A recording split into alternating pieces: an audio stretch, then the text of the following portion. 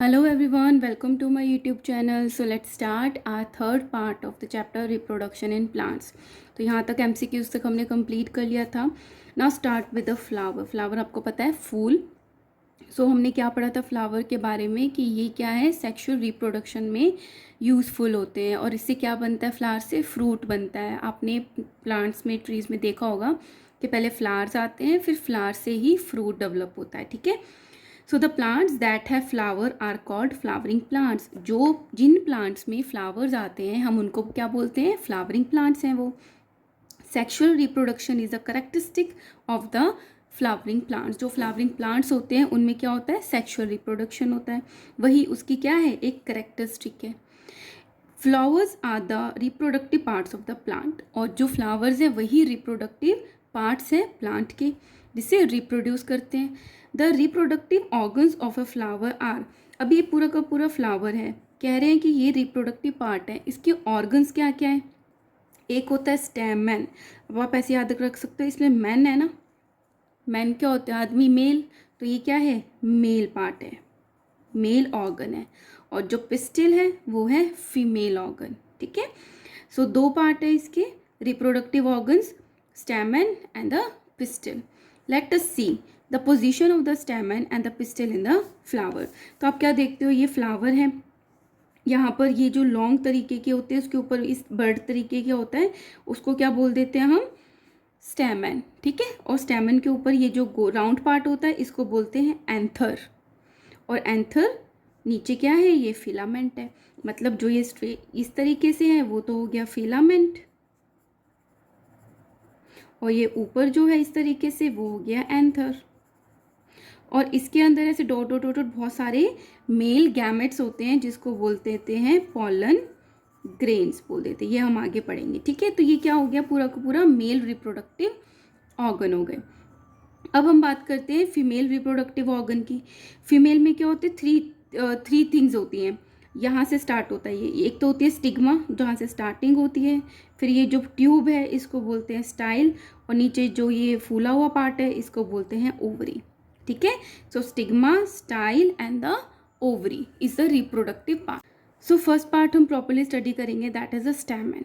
The stamen is the male reproductive organ of the plant. Plant का जो reproductive mail reproductive organ होता है वो होता है स्टेमन. बहुत इंपॉर्टेंट है.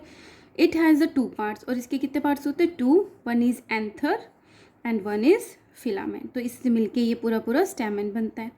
The swollen tip of stamen is called anther. Okay. And the stalk of the stamen is called the filament. Stalk क्या हो गया, ये चीज़, तो इसको क्या बोल देते हैं, filament. Right. Anther contains the pollen grains. अब जो एंथर है उसमें क्या प्रेजेंट होती है, पॉलन ग्रेन्स प्रेजेंट होते हैं. The pollen grains contain the male gametes. Gametes के बारे में आपको मैं बाद में बताऊंगी, आप इतना समझ लो, मेल गैमेट मतलब सेक्सुअली रिप्रोडक्शन में ये मेल गैमेट होता है, एक फीमेल गैमेट होता है, उनका फ्यूज़न होता है तो जिससे एक सिंगल सेल बनती है. ठीक है. तो ये क्या है, मेल गैमेट है. पॉलर So pollen grains contain the male gametes. The pollen grains appear as the yellow powdery substance. और ये कैसे दिखते हैं, जैसे कि येलो पाउडर कोई सब्सटेंस होता है. Now come to the pistil. Pistil हमने फीमेल पार्ट देखा है. Pistil is the female reproductive organ of the plant. It is made up of the three parts, that is the stigma, style and the ovary.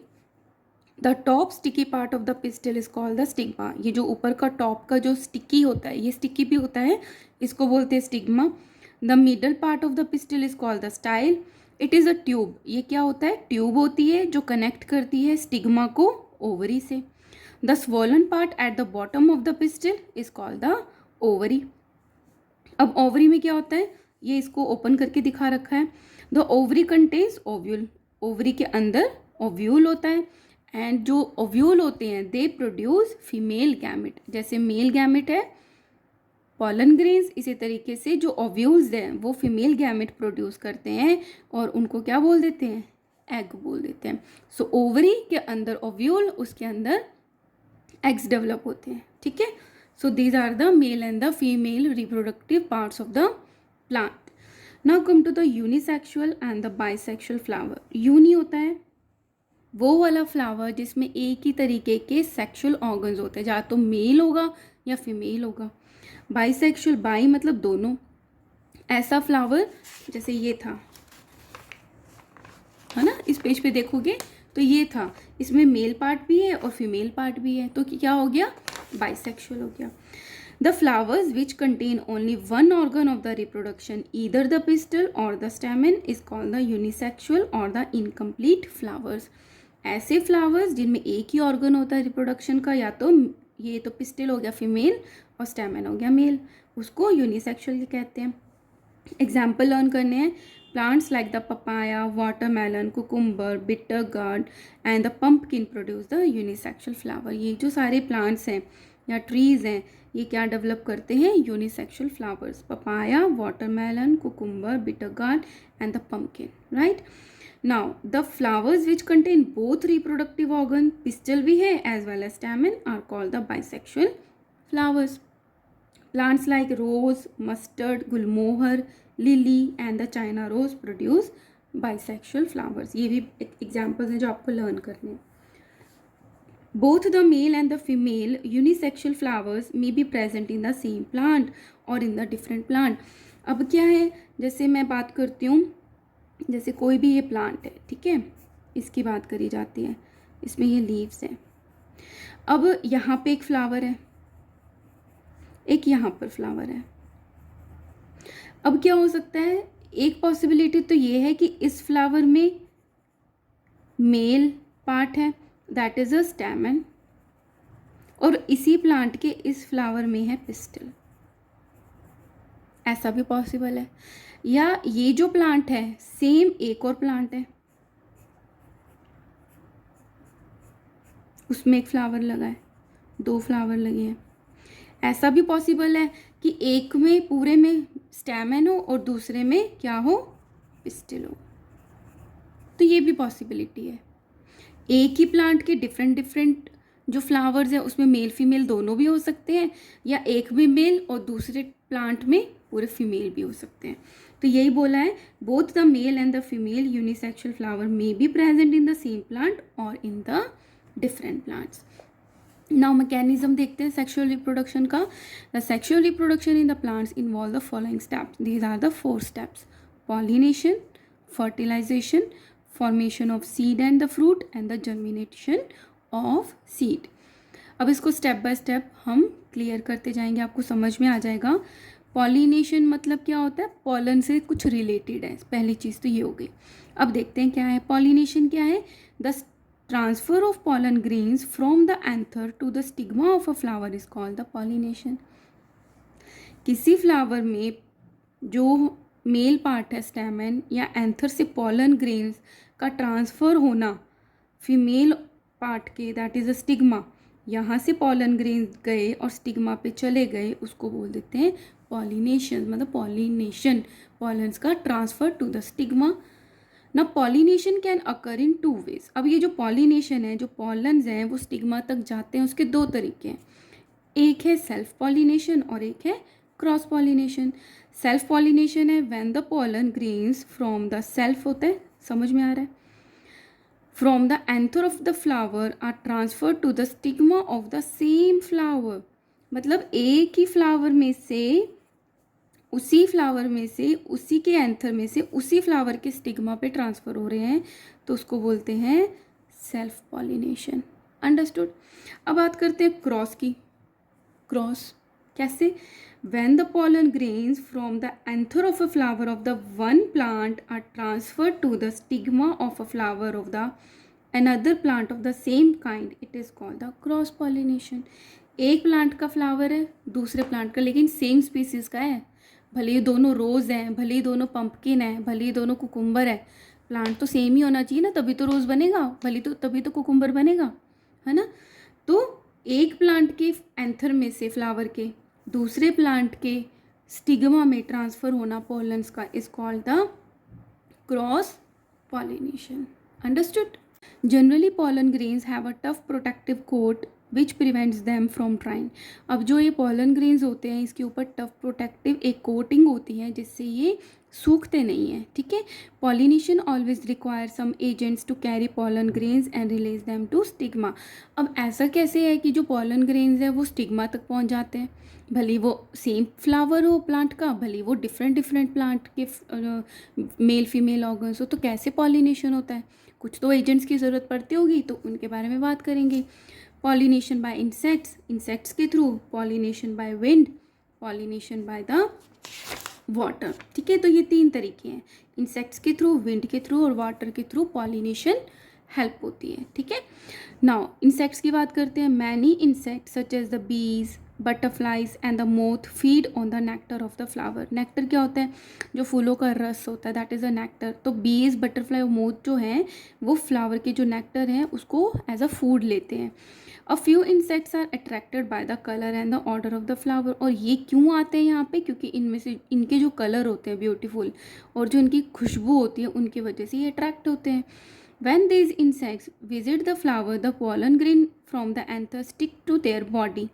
तो जब ये आते हैं insects ना यहाँ पे, तो जो पॉलन ग्रेन्स हैं वो उनकी बॉडी पे चिपक जाते हैं, ठीक है।